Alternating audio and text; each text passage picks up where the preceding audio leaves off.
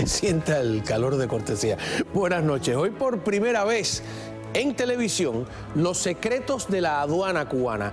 Las revelaciones de un miembro de la unidad canina del aeropuerto José Martí de La Habana, egresado del Centro Nacional de Preparación y Adiestramiento del Ministerio del Interior, especializado en drogas y explosivos, que lleva apenas un mes aproximadamente aquí en los Estados Unidos. Hoy vamos a averiguar quién entra a la droga en Cuba, quién la consume, cuánto cuesta, quién la puede pagar, qué buscan los aduaneros en su maleta cuando usted va de visita, a qué se arriesga, cómo puede enredarse sin comerla ni beberla, y en fin, este es un tema, yo diría que sumamente sensible, que apenas se ha tocado en la televisión de Miami, así que sin más dilación, Cuba, los secretos de la aduana. Bienvenidos al Espejo. Bueno, muy bien, presentamos aquí a Ángel Martínez Coca, Ángel Coca como lo conoce todo el mundo, ex inspector de aduanas u oficial de aduanas del Aeropuerto Internacional José Martí, en función de la técnica canina, especialidad antinarcóticos.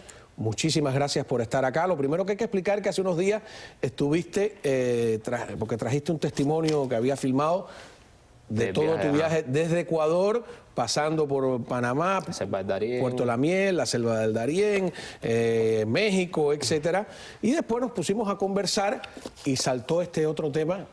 Y a mí me pareció interesante porque no lo recuerdo en todos los años que llevo aquí, que se haya tenido un testimonio directo de una persona que haya trabajado en la aduana. Así que me he hecho un montón de preguntas que siempre he tenido pendientes, porque ese es un tema sensible para tanta gente que viaja, ¿no? Y complicado, ¿no? Que viaja desde aquí, desde Miami, sobre todo a Cuba. ¿Qué es lo que pasa en la aduana? Vamos a ver si yo organizo aquí mis papeles y te empiezo por la primera pregunta, que es ¿cómo entraste tú? Que tienes apenas 29 años, ¿no? Sí, tengo 29 años. ¿Cómo entraste tú a la aduana? Yo entré en el 2009 por un proceso de captación normal que hacen en la escuela, la ENFA se llama. Hacen como especie de un llamado. ¿En qué escuela estabas tú? Yo ya había terminado. ¿Tú estudiabas estaba estudiando la ingeniería informática en la las UCI, ciencias informáticas? Pero ya me había ido de la escuela y estaba estudiando en la universalización. Entonces me había quedado sin trabajo y entonces decidí acompañar a la que era mi pareja en aquel momento a hacer las captaciones. Y nada, resultó ser que después de los chequeos psicológicos que te hacen, los psicométricos, serie de entrevistas, investigaciones en el CDR y esas cosas, me aceptaron. Bueno, te investigan en el CDR, en mi época era hasta para ser carnicero. No, bueno, carnicero era sensible, era casi más sensible que trabajar en la aduana, qué sé yo, para ser carpintero, para decirlo de otra manera, ¿no? El CDR, para quien no está enterado, el Comité de Defensa de la Revolución o Comité de Vigilancia, de Chivato, como quiera usted llamarle, ¿no? Por ejemplo, tú me contabas que entre las preguntas que te hacen es la de si tú estás dispuesto a delatar a un compañero, ¿no? Sí, una de las preguntas que es fundamental es que ellos te preguntan ¿qué tú harías en caso de que vieras a una persona haciendo algo indebido? Es decir, la pregunta es muy amplia, si tú ¿sabes? Lo dejan a tu imaginación. Si tú respondes callar... En mi caso, ¿no? Yo soy de las personas que no me gusta meterme, yo te voy a hacer algo indebido y no me meto, te dejo, ese es tu problema, allá tú, ¿sabes? Si es mi amigo, te advierto. Pero eso no es lo que puedes responder. Pero no, ahí tienes que responder que tú lo denuncias con las autoridades correspondientes y que se tome la medida que hay que aplicar al caso específico. Entonces, ¿conseguiste el trabajo ya en el aeropuerto de...? No, empecé en el puerto de La Habana como inspector, como auxiliar de aduana, pero me llamó mucho esta historia de los canes, de los entrenamientos, y pedí que me trasladaran a la técnica canina. Y me trasladaron, fue rápido. Ajá. Y entonces ahí, ¿tú entrenas un perro o hay un entrenador? Ahí empezó la odisea, porque yo pensé que era otra cosa. De hecho, empecé y lo que me tenían era limpiando casetas, dando comida, porque no tenían perros para darme. Y una amiga me regaló un cachorro de su propiedad, y entonces, como era un cocker, pude entrenarlo. Los perros que fundamentalmente usan en la aduana son los Labrador, Spaniels, ¿no? Cocker Spaniel, Springer Spaniel. El tuyo era un Springer Spaniel. La mía era mestiza, una mezcla de Cocker con Springer, pero parecía bien un Cocker. Ajá. ¿Y por qué? ¿Qué tienen eso? Ahí que estamos viendo en pantalla, por ejemplo, no sé si... ¿Qué tiene? ¿Qué perro es ese? Eso es un Cocker. ¿Y el otro también? Ese prieto es un Springer. Es como la Se parecen tuya. mucho. Se La parecen tuya se mucho. llamaba Coca, ¿no? Ajá.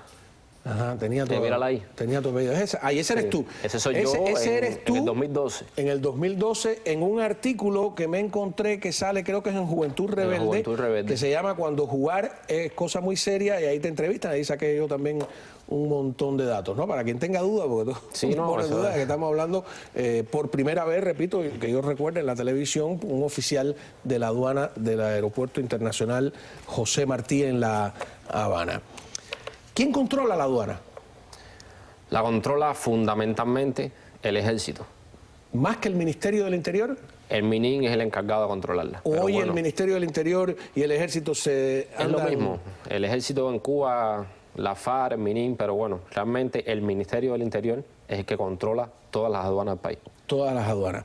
¿Y ustedes serían oficiales del Ministerio del Interior en Ellos este caso? nos dicen que nosotros seríamos como paramilitares, que podemos renunciar cuando entendamos, pero tenemos que cumplir reglas de militares y órdenes, como si fuéramos militares. Ahora, el jefe de la aduana, fíjate, era jefe de la Marina, que es la FARC, ¿no? Ajá. Que era un general de división, yo tengo entendido. Pedro Betancur. Vicealmirante, ¿no? Ajá, vicealmirante Pedro Betancur. Pedro Pérez Betancur, lo tenemos ahí en pantalla. A mí me gustaría si él pudiera ir viendo también esas imágenes, porque la tiene a sus espaldas, ¿no? Es un poco complicado. Cuando yo entré en el 2009 era Pupo, el general Pupo, no era este señor. O sea, que esto es una cosa totalmente militarizada, Sí. sin duda de ninguna clase, ¿no?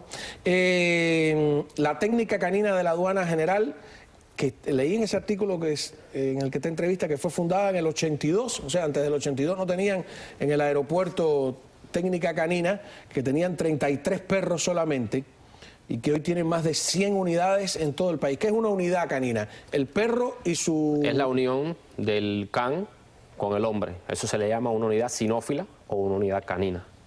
Cuando son, o sea, cuando es hombre y perro es sinófila, ¿no? Se le dice unidad sinófila a esa unidad. Y el Ángel Ávila Arencibia, leí por ahí que es jefe de técnica canina de la aduana. Sí, desde era el 2005. jefe de la técnica canina general de la aduana de todo el país.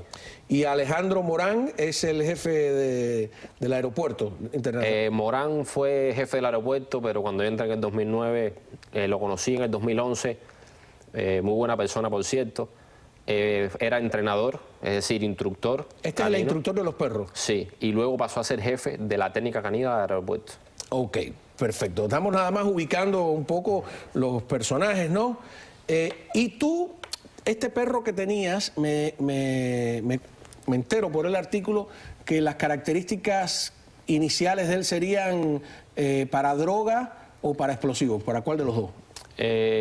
Eso está en las características de carácter del can. Ajá. En el caso mío, mi perra era muy activa, era bien loca, como le decíamos nosotros, pero tenía un marcaje a la sustancia pasivo perfecto. O sea, un marcaje es que encontró drogas y entonces, ¿qué hace? ¿No se Ajá. altera?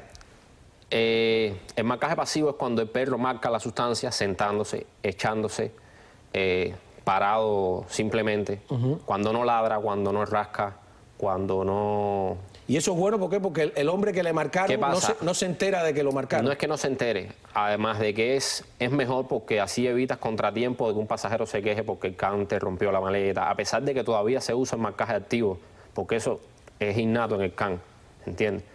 Por lo general en explosivo es que se usan más los perros que marcan pasivos. Entonces, ¿tu perro era más, al final, de explosivos o de drogas? Yo terminé siendo de explosivos, trabajando, buscando ¿Y entran bombas. muchos explosivos y bombas por el aeropuerto? No, para nada. Yo en 4 años, si acaso tuve 3, 4 casos de contaminación por TNT, un pescador que pescaba ilegal con TNT en el mar y se detectó, pero no se le pudo. Es que se le queda la sustancia. Sí, se le queda, ajá. O sea, pero no esa historia de que el imperialismo No, entra bombas para acabar con la revolución permanentemente y Posada Carriles envía, qué sé yo.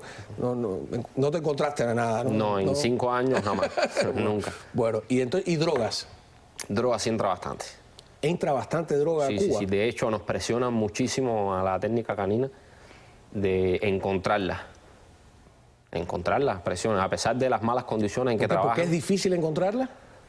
es que no están dadas las condiciones para encontrar es decir, para ser un 90% efectivos en la búsqueda y encontrarla, no están dadas las condiciones. Se violan muchas cosas, que no es culpa de que conduce el perro, es culpa de los jefes, que tal parece que como que les conviene que entre la droga.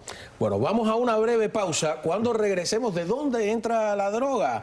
¿Quiénes entran en la droga? Usted que va de visita a Cuba, ¿cómo podría haberse enredado de repente, como he visto yo, tantos casos sin comerla ni beberla? ¿Qué pasa con las famosas mulas? Sí. ¿No?